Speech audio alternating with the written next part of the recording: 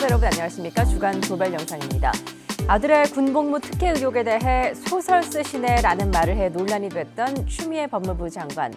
국정감사에서 여전히 공세를 그칠 줄 모르는 야당에 대해 이번에는 뭐라고 얘기했을까요?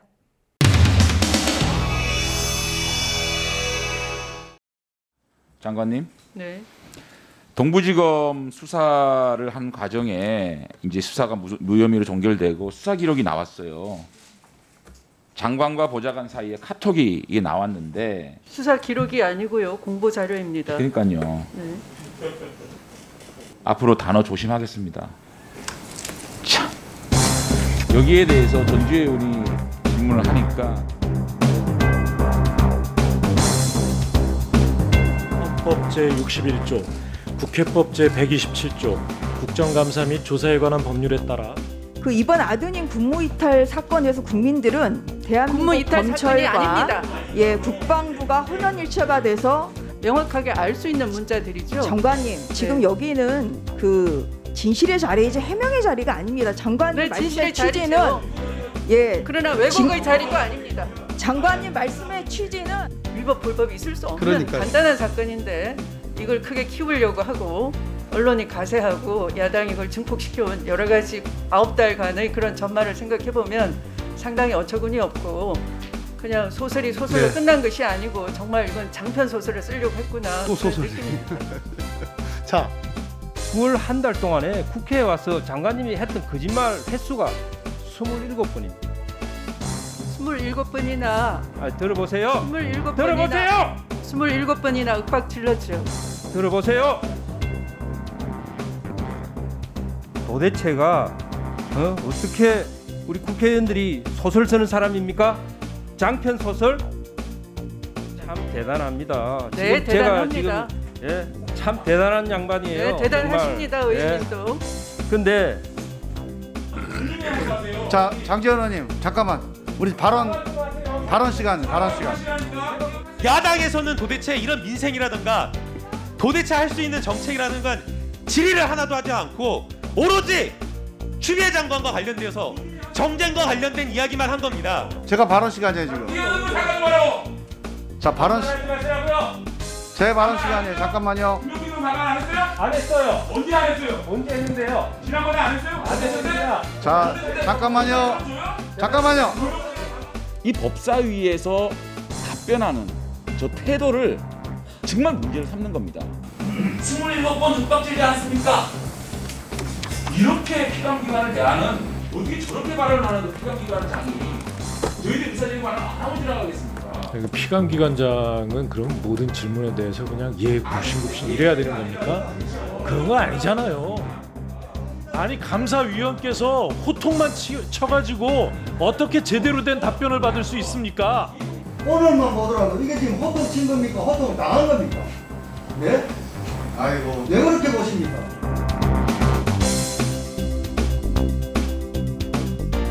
사실과 다른 상황이 발견된 거 아닙니까? 그러면 파악하거나 외압을 넣었다라는. 그러니까요. 들어보세요. 유감스럽다. 이 정도는 얘기를 해야 되는 거 아니겠어요? 다르게 발언한 바가 없고요. 어떻게 다르게 발언하는 거 아닙니까? 그렇게 장관님이 하시면 국민 눈에 맞지가 않아요. 두 번째, 내 자식이 귀하면 남의 자식도 귀한 거 아닙니까? 내 자식이 귀하면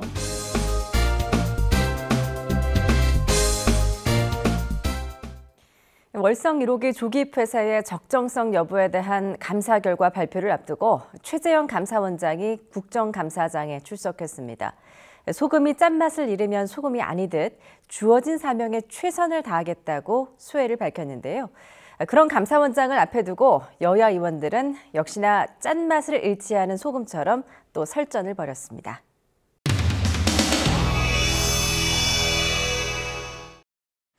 자, 원장님께서는 언젠가 감사원 직원들에게 외부 압력이나 회유에 순치된 감사원은 맛을 잃은 소금이다. 이렇게 말씀하셨는데요. 원장님께서 말씀하시는 소금은 어떤 소금입니까? 소금이라는 것은 원래 음식물의 그 제맛을 내게 하는 겁니다. 주어진 그 사명을 제대로 할 수 있도록 우리 스스로 또는 공직사회가 그렇게 할 수 있도록 하는 기능을 해야 된다. 그러니까 한마디로 소금이 짠맛을 잃으면 소금이 아니다라는 그런 말씀이겠죠? 그렇겠죠? 예. 네. 그렇다면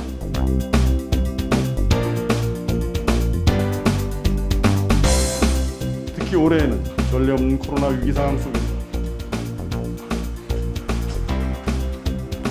지금 김도우 의원님께서 근데 국민들께서 이제 감사 결과가 지연되는 이유에 대해서 걱정이 많으십니다. 그 말씀해 주실 수 있는 정도까지 혹시 그 원인과 저희가 언제까지 기다려야 되는지 말씀을 좀 해주실 수 있으실까요? 네, 말씀드리겠습니다. 네. 우선 감사 저항이 굉장히 많은 감사였습니다. 산업부 공무원들이 관계 자료를 거의 모두 삭제했습니다. 복구하는 데도 시간이 걸렸고 또 진술받는 과정에서도 상당히 어려움이 있었습니다. 강압적인 감사가 이루어진 겁니다. 교수님 말 많으시네요. 여기가 어디세요? 여기가 어딘지 아세요?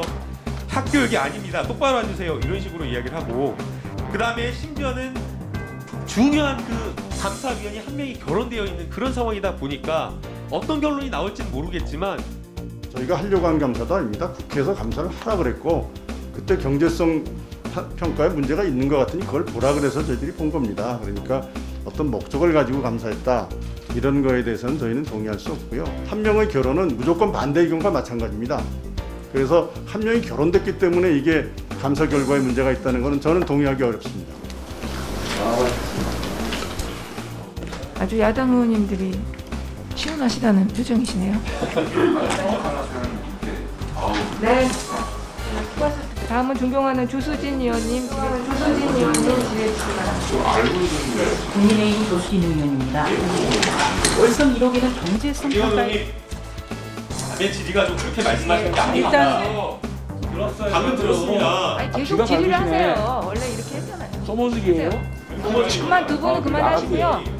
내가 이렇게 기소만 까지 간섭하지 마세요. 지금 그런 식으로 그렇게 장 하신 게 의원님 그만하시고요.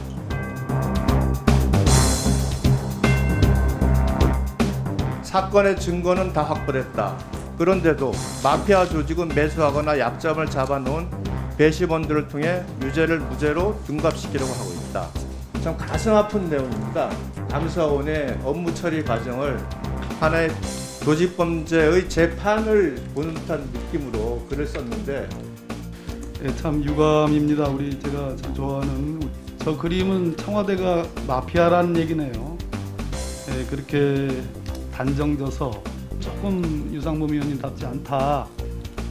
본 의원의 지적입니다. 이 부분에 대해서 윤호중 위원장님께서 이제 그러면 이제 질문의 내용이 아까 장재현 의원님은 김남국 의원 지휘에 대해서 말하잖아요. 김병민이요. 내가 우리 사적으로 얘기한 거예요. 그렇게 자꾸만 공격하지 마세요. 뭘 사적으로? 알았어요. 그만합시다. 알았어요. 알았다고요. 아이고.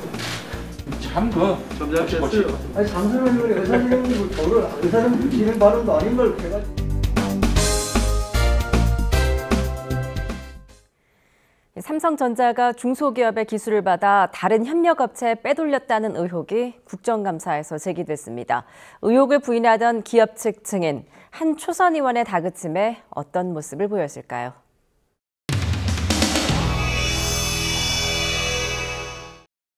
오늘 오신 삼성 측 증인은 자진 출석하신 겁니다. 여기도 적혀 있는데요. 그러니까 삼성은 국회가 부른 증인은 안 나간다.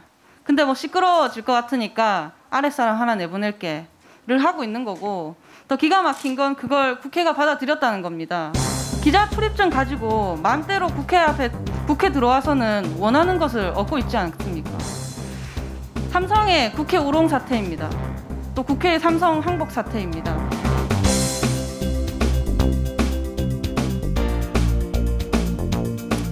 네, 정의당 류호정입니다.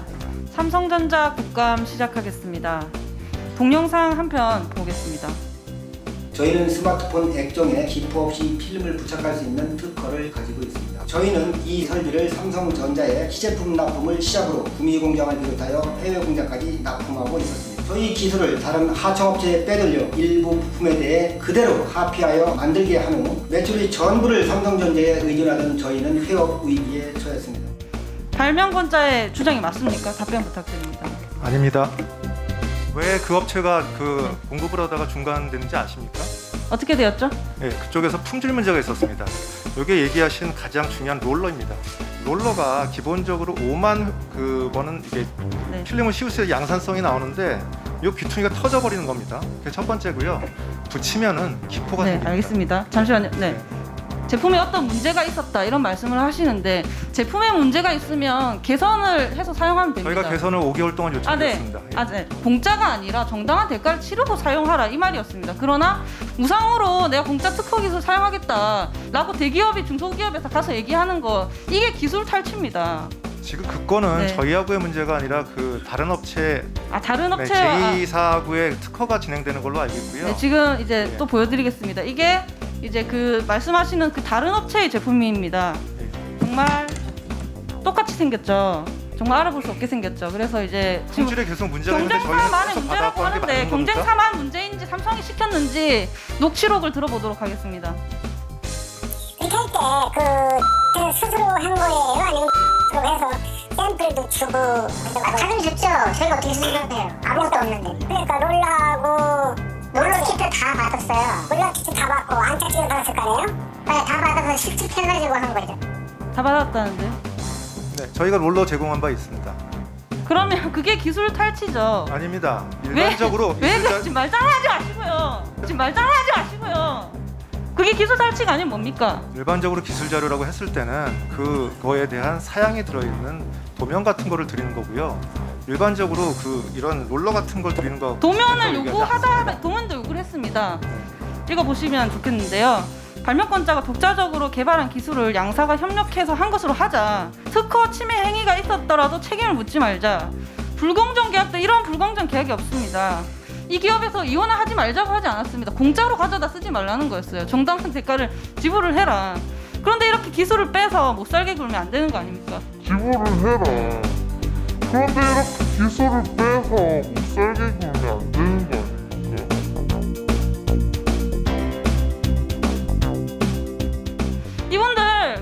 이분들 9월 달에 매출 600만 원.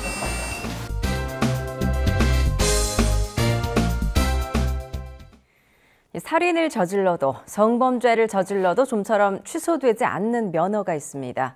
바로 의사 면허입니다. 다른 전문직에 비해 과도한 특혜가 아닐 수 없는데요. 그런데 이런 특혜 누가 만든 건지 궁금했습니다.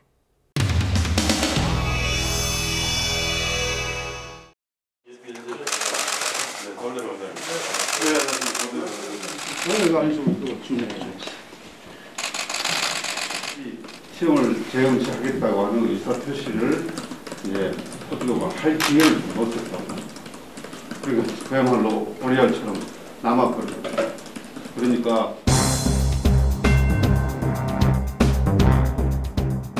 다른 국가고시에도 굉장한 형평성에 문제가 있지 않나. 의사들만 무슨 특혜를 주냐.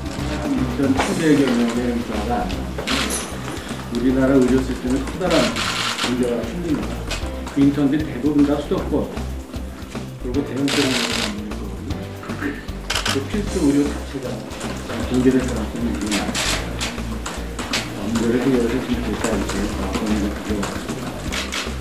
법원 복지부도 그런 의료의 실상에 대해서 파악하고 있을까요? 맹목적으로 이런 시험을 보지 않겠다 하는 그런 제도 시험을 힘들고 이제 그런 문제를 좀 해결해 주십사 하고 오늘 위원장님을 선택해 줍니다. 아니 그러니까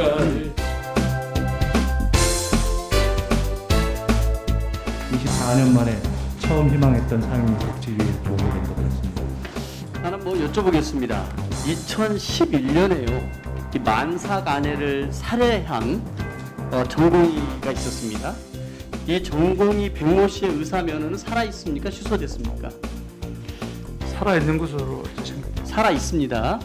살인을 범해서 사형을 선고받고 교도소에 갇혀 있는 의사, 그 면허는 살아 있습니까? 죽어 있습니까? 그것도 살아 있습니다. 예. 아동 성범죄를 범해서 지금 10년을 받아서 감옥에 있는 의사, 그 면허는 살아 있습니까? 죽어 있습니까? 예, 그것도 살아 있을 걸 생각합니다. 살아있다고 답변을 살아 있습니다. 살아 있다고 예, 말하는 유효한 것으로 이 얼마나 우리 국민들이 보면 분통 터지는 노릇이겠습니까? 지난 5년간 의사들이 저지른 살인, 폭력 등 4대 강력 범죄는 2,867명, 성범죄자는 613명에 달했습니다. 징역을 받던 사형이 선고되던 어느 누구도 의사 면허는 취소되지 않습니다. 이런 현상 바탕에는 아무리 중대한 범죄를 저질러도 의사 면허는 취소되지 않는다는 이 특권의식. 독일 같은 경우는요, 의사가 형사소추가 되어서 구속이 되면 바로 면허가 정지가 됩니다. 형이 확정이 되면 면허가 취소가 되고요. 그러나 우리나라 같은 경우에는 의료법 관련된 법령을 위반해서 금고 이상의 형이 사법부 판단으로 확정될 때만 면허가 취소됩니다. 왜 이렇게 느슨한 기준을 갖고 있다고 생각합니까?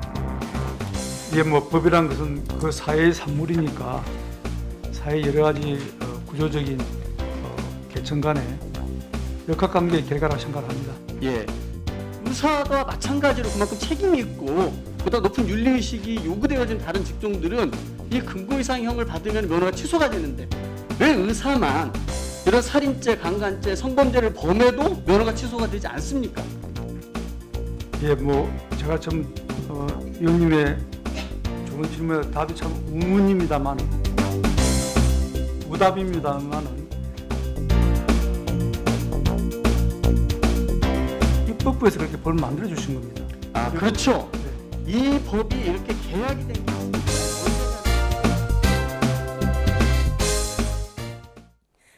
코로나19 시대 마스크 착용의 중요성은 아무리 강조해도 모자람이 없죠. 법적으로도 공공장소에서 마스크 착용은 의무화됐습니다. 그렇다면 국회는 어떨까요?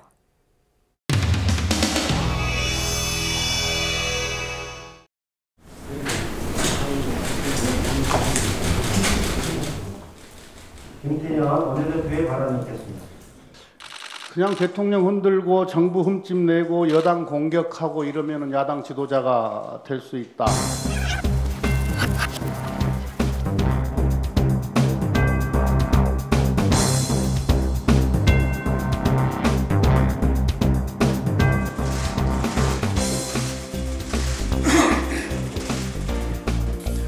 모든 일에 성과를 내는 유능한 정당으로 거듭나야 합니다.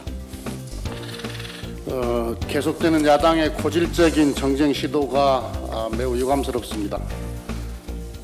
어제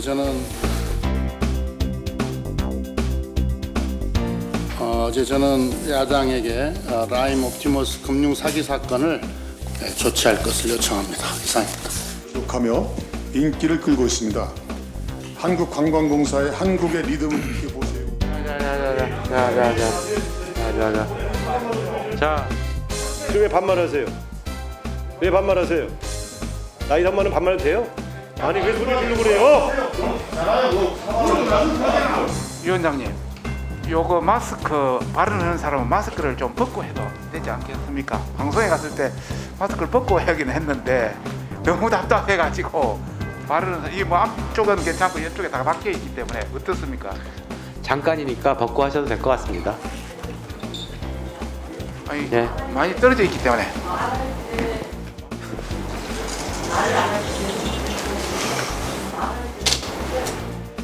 왜 입술 터졌어요? 자, 편하신 대로 하십시오.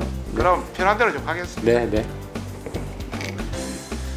말씀하실 때 특히 말씀을 하실 때는 이 마스크를 꼭 착용을 해 주시는 것이 저는 네. 아니. 자, 네. 자. 저희 방송분심위원회는 전례 목적에 따라 방송에 아니 이거는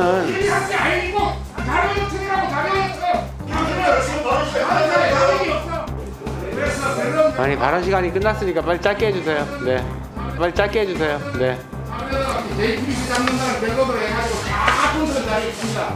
그 자료를 다시 넘겨줬습니다.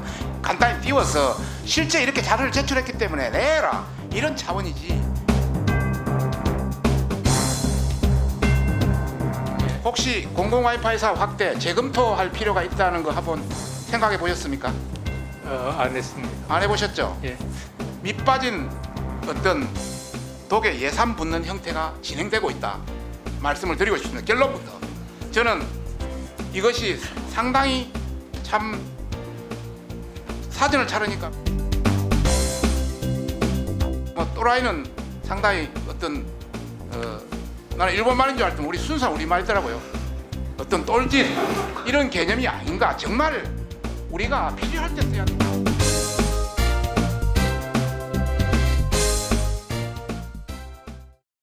소설 아리랑과 태백산맥으로 널리 알려진 조정래 작가가 논란의 중심에 섰습니다. 일본 유학을 갔다 오면 무조건 다 친일파가 된다는 발언 때문인데요. 과연 어떤 맥락에서 이런 말을 한 것인지 직접 듣고 판단해 보시죠.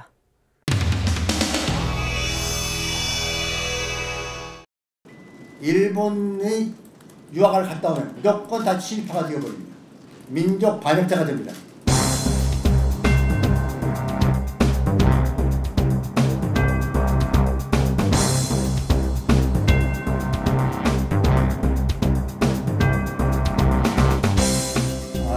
첫 번째 질문. 이영우라는 사람이 책에서 저를 많이 욕했는데 그는 한마디로 말하면 친정 내국노이고 민족 반역자입니다. 그의 말 다 거짓말입니다. 제가 쓴 역사적 자료는 객관적인 것입니다. 국사편찬위원회에서 발행한 책과 진무력 의식을 가지고 있는 사람들이 쓴 책을 중심으로 해서 명확한 자료입니다. 그리고 그 자료를 그렇게 명확하게 쓴 이유는 우리 순환이 얼마나 처절하고 일본놈들이 얼마나 잔혹했는가를 입증하기 위해 쓴 것입니다. 그러므로 역사 사실들은 명확한 것이고 그 역사 사실들을 짊어지고 하는 주인공들은 전부 제가 만들어낸 후기의 인물들입니다. 그것을 어디서부터 어디까지 허구고 어디까지 역사냐 하고 묻지 마시고 두 번, 세 번 읽어보시면 그것이 명확하게 구분이 될 것입니다. 지금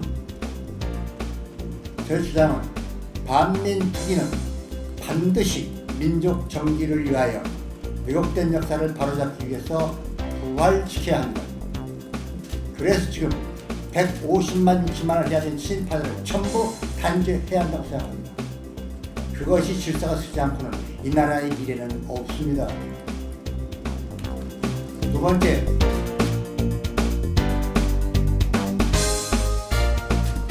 토착애우라고 부르는 일본의 유학을 갔다 오면 무조건 다 친일파가 되어버립니다. 민족 반역자가 됩니다. 그들을 일본의 죄악에 대해서 편들고 왜곡하는, 역사를 왜곡하는 그 자들을 징벌하는 새로운 법을 만드는 운동이 지금 전개되고 있습니다. 제가 적극 나서려고 합니다. 아리랑을 쓴 작가로서 이건 사회적 역사적 책무라고 생각합니다. 법으로 다스려야 한다고 생각합니다. 주간 돌발 영상 마치겠습니다. 시청해주신 여러분 고맙습니다.